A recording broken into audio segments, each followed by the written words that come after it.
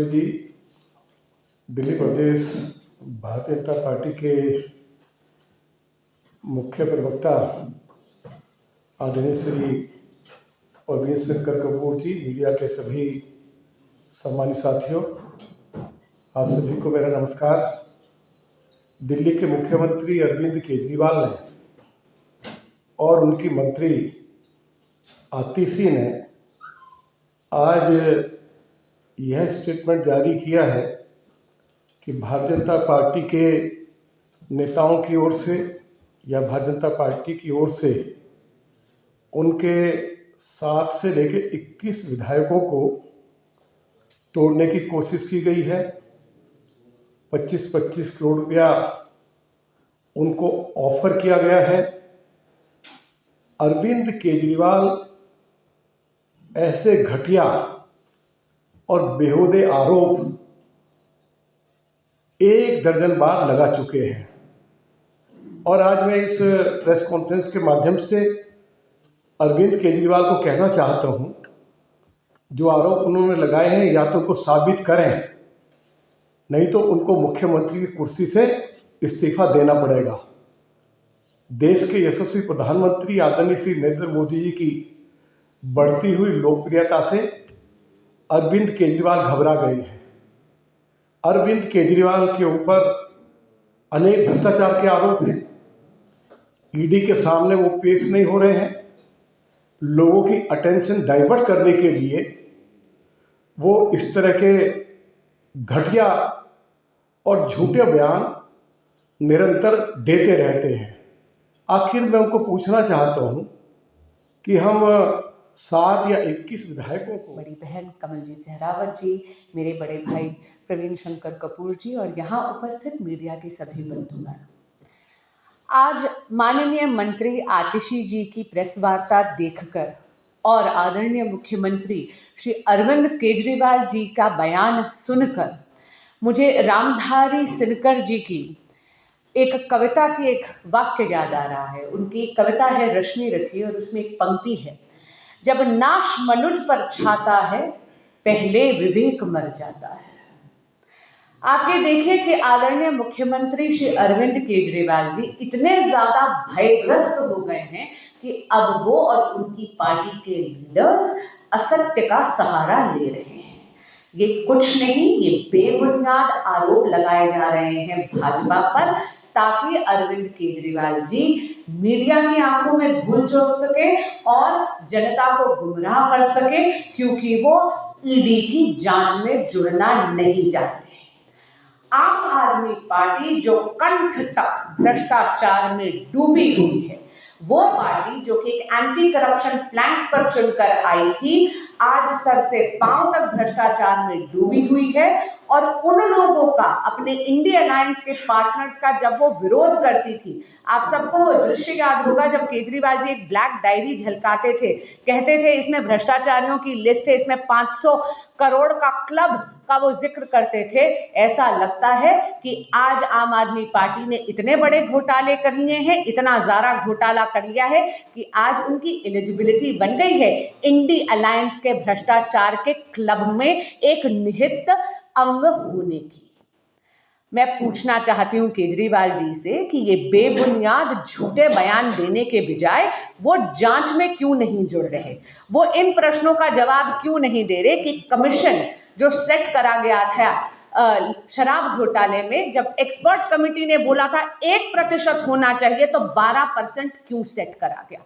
वो इस बात का जवाब क्यों नहीं दे रहे कि विजय नायर से उनके क्या ताल्लुकात है। समीर महेंद्रू कहते हैं कि विजय नायर से उन्होंने ही मिलवाया था। वो इस बात का जवाब दे कि ऐसे तथ्य क्यों भरकर आ रहे हैं कि विजय नायर ने 100 करोड़ रुपए इकट्ठा करे थे। वो इस बात का जवाब दे कि राजेश जोशी क्यों कह रहे हैं कि आम आदमी पार्टी ने 70 करोड़ रुपया, जिसमें काफी मात्रा में कैश दिया गया था उनको गोवा के इलेक्शन में। अरे भाई, मैंने बताया ना, अरविंद केजरीवाल झूठा व्यक्ति है। उनकी ओर से जो बहुत ही घटिया और बेहुदे आरोप लगाए गए हैं, मैं इसकी कड़ी निंदा करता हूं और इन आरोपों में कोई दम नहीं है। अरविंद केजरीवाल के ऊपर अनेक भ्रष्टाचार के गंभीर आरोप हैं। हजारों करोड़ रुपए के घोटाले अरविंद केजरीवाल और उनके मंत्रियों ने किए हैं। ईडी उनको समन कर रही है, ईडी के सवालों का जवाब देने के लिए वो तैयार नहीं है और देश के प्रधानमंत्री श्री नरेंद्र मोदी जी की बढ़ती हुई लोकप्रियता से वो घबराए हुए हैं। अरविंद केजरीवाल को बताना चाहिए कि 179 करोड़ रुपया जो उन्होंने सारे कानून कायदे और नियम तोड़कर अपने लिए जो राजमहल बनाया उस पर वो क्या कहना चाहते हैं। जल बोर्ड में उनके चेयरमैन रहते हुए जो सैकड़ों करोड़ रुपए का घोटाला उस पर वो क्या कहना चाहते हैं। जो शराब नीति में जो हजारों करोड़ रुपए का घोटाला हुआ वो ईडी के सामने क्यों नहीं पेश हो रहे हैं। तो उनके ऊपर अनेक भ्रष्टाचार के आरोप हैं। लोगों का जो ध्यान उसको बांटने के लिए वो इस तरह की घटिया बातें करते रहते हैं और 7 विधायकों को तोड़कर आखिर भारतीय जनता पार्टी को क्या लाभ होगा। अगर 21 विधायकों को भी वो तोड़ने की बात कर रहे हैं, हमें उससे क्या लाभ होगा।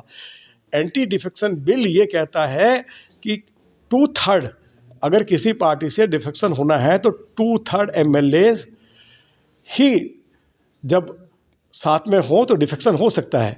तो ये फालतू की बातें की गई हैं। वो एक कॉन्स्टिट्यूशनल पोस्ट पे बैठे हुए हैं, दिल्ली के मुख्यमंत्री हैं, एक पार्टी के संयोजक हैं, उनको ऐसी घटिया ओछी बातें नहीं करनी चाहिए। और हम जो कानून के सलाहकार हैं उनसे भी बातचीत करके कानूनी कार्रवाई भी करेंगे। जिस तरह से आतिशी ने बीजेपी पर आरोप लगाया संजय वर्मा के 7 से 21 विधायकों को तोड़ने की कोशिश की जाती है, कितनी सच्चाई दिखती है? जी बिल्कुल बिल्कुल निराधार है, एकदम असत्य है और इतनी ज़्यादा बौखलाहट है अरविंद केजरीवाल जी आदरणीय मुख्यमंत्री और उनकी पार्टी के लीडर्स की कि वो अब एक असत्य का सहारा ले रहे हैं। आप भी जानते हैं ये कुछ नहीं है, ये धूल झोंकने की एक मुहिम है क्योंकि वो जांच में नहीं जुड़ना चाहते। अब बहाने ख़त्म हो रहे हैं तो आज एक झूठ का सहारा ले रहे हैं। हमारे आदरणीय अध्यक्ष श्री वीरेंद्र सचदेवा जी ने तो चैलेंज करा है आदरणीय मुख्यमंत्री श्री केजरीवाल जी को कि उन 7 लोगों का नाम उजागर करें या जिस पे आप दोषारोपण कर रहे हैं उनका नाम उजागर करें। लेकिन क्या है ना, आम आदमी पार्टी की एक शूट एंड स्कूट पॉलिसी है, कुछ भी झूठ झाट बोल दीजिए और उसको बिना किसी तथ्य के बोलकर और चले जाइए, उसके बाद जो होगी वो देखी जाएगी। लेकिन मेरा आग्रह होगा उनसे कि आप थोड़ा ज़रा हकीकत को मद्देनज़र रखिए। आज आतिशी जी ने, माननीय मंत्री जी ने आम आदमी पार्टी की लोकप्रियता की बात करी। मैं उन्हें याद दिलाना चाहूँगी, हाल ही के विधानसभा चुनावों में 200 सीटों पर आम आदमी पार्टी ने अपने उम्मीदवार उतारे थे और एक भी सीट पे आम आदमी पार्टी अपना खाता तक नहीं खोल पाई।